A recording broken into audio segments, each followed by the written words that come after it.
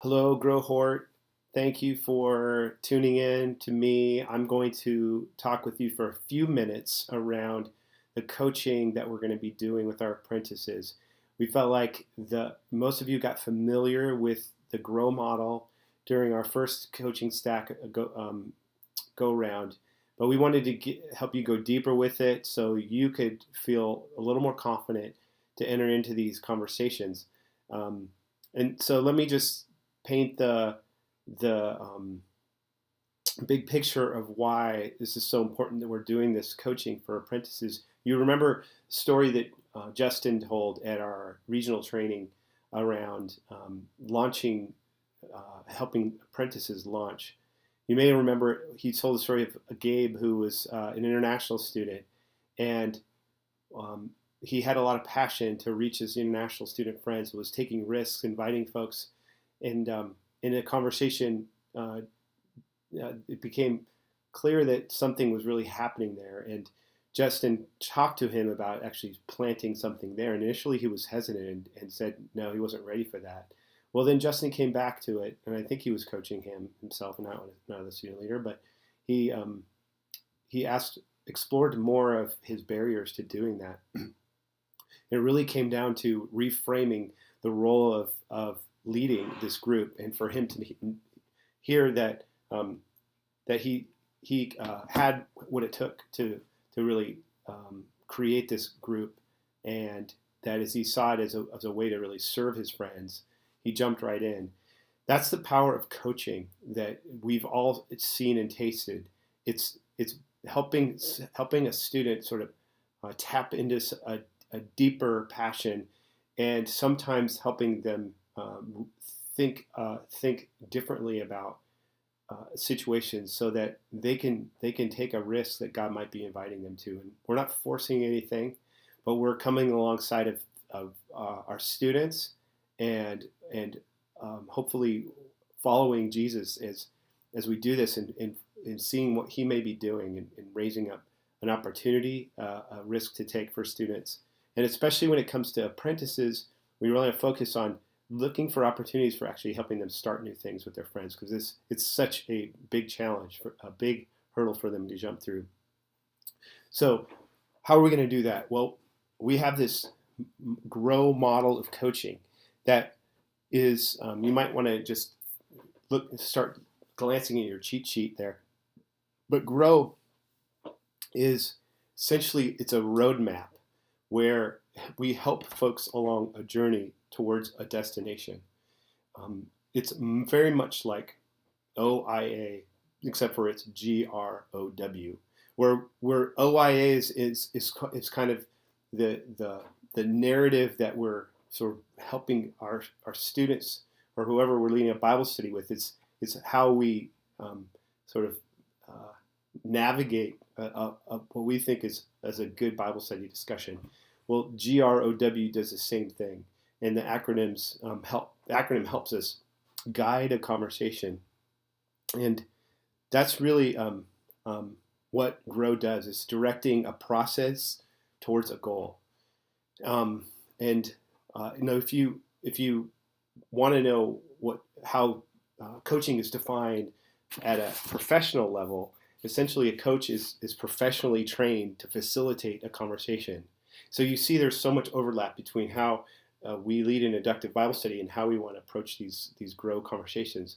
Now, that's not to say sometimes there's a place for us to present, to tell somebody, to offer suggestions. As we're alongside of coaching people, we're also training folks. We're helping them see the growth strategy. So there's going to be times to be trainers. But the heart of what we're doing here is really facilitating someone else's sense of invitation from Jesus. And that's where that's where Grow helps us.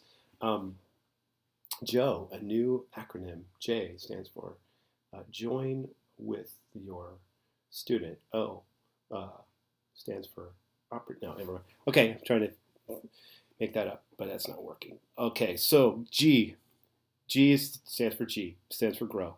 It's where we establish the goal of the conversation. And we already have that as we're coming in. So we know that we want to help apprentices look for opportunities to see a movement in the villages that they're reaching, that they're moving out. And in the first week or two of this semester, they've had some training, they've had some application towards taking risks in their villages. This is a point to ask: is God raising up a movement, just like what happened with the Samaritan woman? That she had this moment with Jesus, and it turned into this transformational time for her, where she became a guide for her village to come to know Jesus. And so we're looking for that.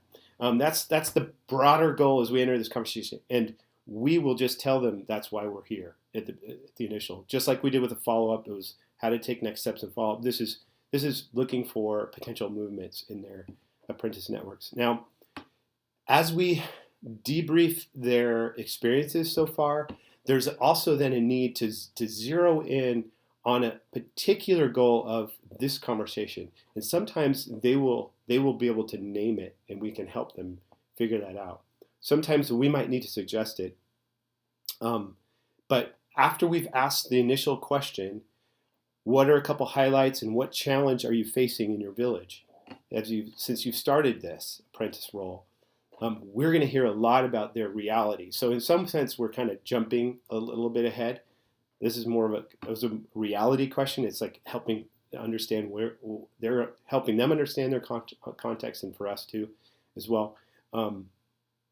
But as we are listening to them, we're actually hearing is there a particular goal for this conversation? Is there a particular way that their villages might become a potential movement, and how might that happen? What might be God might be doing, raising up there, and that's where grow is much more of an art than a science. I felt like when we were doing it at your schools the first time, like it was like doing improv. Like I never knew before we were making the next move what that was going to be until that moment. Or sometimes you just lead out and it works. Sometimes you lead out and it kind of was a dead end. So we'll learn as we grow, and that's what this whole day is for your learning. So we can debrief that and grow and help discern and trust the Holy Spirit that even if we feel like, okay, this wasn't the best path to take, maybe there's something we missed, but it was still a worthwhile way to go. In Justin's first conversation with Gabe, never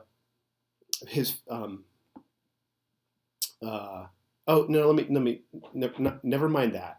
I want to talk about coaching Chris at McDaniel.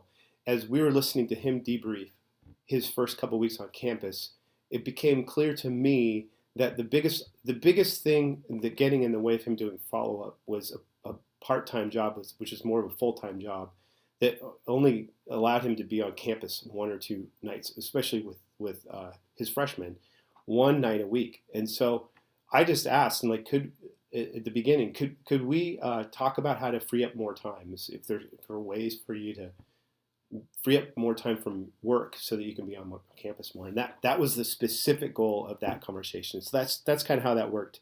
And so how do you do this? As you're listening, you're looking for bright spots. Like, there's clear like signs of life where there's passion in the student, or there's tons of responsiveness in the thing, or or maybe not tons, but a couple people that are really wanting to go deeper. You're looking for bright spots. You're also looking for your big challenges. Like, are there huge blocks in the way of doing that? And that was the situation with Chris. So then we sort of, as we establish at least the initial goal of the conversation, then we can move into the R stage, which is the reality stage. And this is really the starting point, their starting point, when you assess their current situation related to the goal.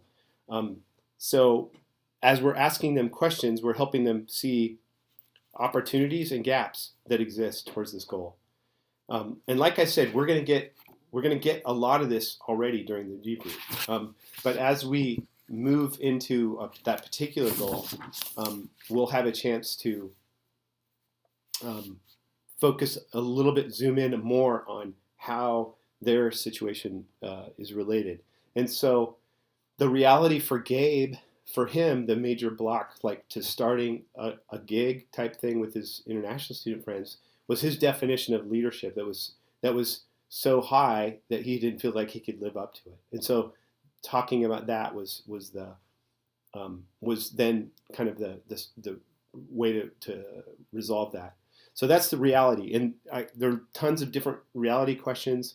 Each section, I'm just going to give you, I have several different questions that you can choose from that will help you at least give you an idea of what kinds of things that you can ask at that stage. And then the O stage is the option stage. That's where we help folks consider all the potential actions to progress toward their goal. And this is where we can have them brainstorm possibilities, some potential solutions to moving towards this goal. And it's okay to add your own, but I would say is after you feel satisfied that the student has generated their own possibilities and you've asked them again even, what are other things that you could think of? And so we've really just kind of helped them unleash in their own context and by their own solutions, potential ways forward. But because we're training people, we're going to have some ideas about potentially how to launch things or potential opportunities. So that's okay to throw in our own thoughts at that point. But we want to make sure that the student has already jumped into that process. So for Chris, the McDaniel leader, I could have asked, what are ideas that you have to free up more time to be on campus? And I hope I did ask that. But that started a process that for him, he started thinking about, well, I wonder if there's a way to drop one of my shifts. And that was the first thought he had.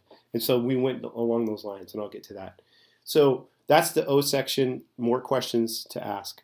W is deciding on a course of action. So after you've named different possibilities, is zeroing in on a course of action. And you anticipate potential obstacles, and you help them make a plan towards that, and coach them on how to move towards the course of action that they want to take. So this is a key place. So below the next page of the cheat sheet is I pasted Justin's tips from his seminar on how to launch. So these are going to be key. If there's a movement that is a possibility for one of our students, that I want you to review that section, especially like what students might need to really get that off the ground, because there are a lot of barriers in the way of them doing that. And one of the biggest things that we need to help them like set a timeline of when they're going to do what, and provide some accountability and all that. So in our the other thing is that there's also potential at this point after as you're planning a course of action. If there's a gap that you notice, you can train. You can just sort of time out at this point of the grow conversation and do some training for people. Train them on a critical skill that could be, and a lot of times it's around inviting. How would they invite to a Bible study? What would be attractive for their friends to invite to a Bible study, and have them practice with you right there on the spot. We did that with a guy at George Washington, how he was going to make a plug for his man group at the Super Smash Bros. Outreach the next day, and that was he needed some encouragement, some support, and training on how to make a good invitation. So that kind of thing. There's a skill. Sometimes you need to just sort of do a pull out and do that. And then we want to. So maybe back to Chris, the McDaniel guy. In the W stage, like I said, he decided right then to lose one of his shifts. Then there were a couple other ways that he was able to add at least 2 more days on campus, and he was committing himself to this course of action, and those were mostly things that were coming from him. And so we just talked about how he was going to make that happen. And we want to close good closing W question. You might not always get to this, but a good question is this: what are you most excited about with this plan? Because that helps people tap into their own personal motivation towards moving towards this. And sometimes you might be surprised at what you hear at that stage. It might be different than what you're excited about, but it's helpful for them to articulate. So that's grow. At the end of the W phase, as you go, you want to do a kind of a debrief with our students. So in the second page of the cheat sheet, there's a coaching stack schedule that gives you an idea of how we are going to structure a 45-minute time with students. Now, sometimes we're going to have smaller times, but we'll just compress it as it's needed if that's the case. And we can coach somebody in 15 minutes. We can coach somebody in 20 minutes. We can coach somebody in 10 minutes. We can do it just use the time that you have. We coached Andrew Berg in between appointments, kind of spontaneously in the span of like 10 minutes, helping him figure out his dorm, how to do follow up in his Bible study. So let's use the best as best we can the time that we have. This gives you a frame for how to do this, so that actual grow coaching, after all the introductions and everything, is 20 minutes in a 45-minute coaching time. But then we want to do a couple minutes for a debrief. And that's the question, is just what's the most important takeaway for you from this time? And so that's just kind of the bigger question overall. And then we'll take we'll say goodbye to the student and thank them, and then we'll take as much time as we can between there and the next one, hopefully around 10 minutes, 15 minutes, to debrief together as coaches. And the lead coach will facilitate this time. So, a couple more words and I'm almost done. But I want to explain what the roles of the folks are going to be. Now, I know some of you are going to have a student leader coach with you, and you're going to trade off between you and a student leader, which is a great idea. I definitely want to make sure you get enough times to coach yourself. So you or a student leader are going to be coaching this time. The lead coach, I want you and your lead coach to decide. You and your coach decide what kind of role you want the lead coach to play. And I will talk to all your coaches too, but there are 3 different ways to look at this. One way is just open participation from the lead coach during the whole time. If you feel comfortable of them just jumping in and asking questions or clarifying during the time, then you guys can agree to that. But if you feel like you want to just take it and run, and it would be awkward having somebody jumping in, or you feel disempowered by that completely, it's fine, makes sense. The other option is having the lead coach give input at the end. So before we do the student debrief, we could just ask the lead coach, do you have anything to add? So we just have to make sure you save enough time, a few minutes, depending on how long-winded your coach is. Hopefully they're just asking questions, but to give them a chance to bring input in the actual coaching time towards the end. Or the last option is they're quiet the whole time. They're just observing and they get to participate during the debrief, but you guys are coaches only during the coaching time. You guys decide. I can help you make decisions about that. So that's that. The next steps are for us is I want you to go over these notes, go over the cheat sheet, have the cheat sheet in front of you, have them both. You can have all this in front of you when you go, and it's fine if you just go through this and ask. There are particular questions that we already have for you to ask, and you just want to choose one or two from the list and go down, that is perfectly fine. And some of you, so that's the sort of the next point is I want you to reflect now is where do I want to what's my growth goal for this day? Is there a one part of grow that I really want to focus on? Is there one part of the coaching time where I want to resist telling people and asking more questions? I learned when I took a coaching class last semester, and one of the pieces of feedback I got or in self-awareness about coaching was I would ask multiple questions. I was uncomfortable with just letting the question stand, one question stand its own. So I would ask like a follow-up question, and it was confusing. So you may just know that you have something you want to work on like that. Something that may have come up in our first go round, and talk to your coach if you want to get feedback from them about that. So reflect on that, and then you're going to need to send out that prep email to your apprentices or whoever we're coaching. I will send you out the sort of the talking points for that. So that's all I got, and I'm looking forward to being with you on your campus. So is your coach, and it's going to be a blast. And let me know if I can help. All right, take care. Thanks for listening. Bye.